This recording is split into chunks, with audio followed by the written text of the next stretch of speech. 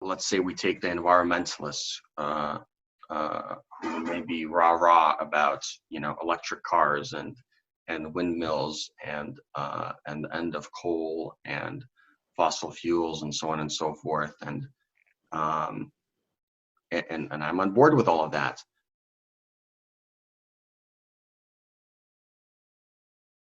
But there's not nearly enough acknowledgement that these changes mean also a loss, not just a loss of a job, because like you could find another job. It's not so simple, but it's theoretically possible. But what you cannot replace is a way of life. If your family have been coal miners for generations, that's a way of life. There's beautiful, vital, history and community and so much that is good. And when we demonize people, and we don't acknowledge that what's being asked is, my family, there's no generations of coal miners, so I'm not losing anything by that. But for many people, that's a way of life that's being lost.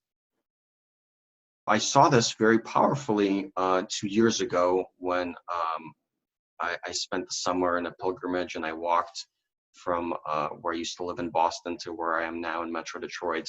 And I walked through a lot of little towns. And, forget environmentalism. What I saw is the consequences of industrialization and globalization. I walked through town after town after town that that was just devastated pretty consistently, of so many abandoned factories.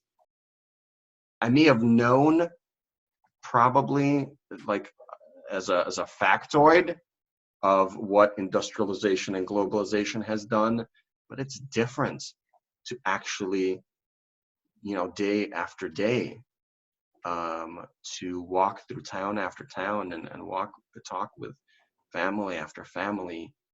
It's different.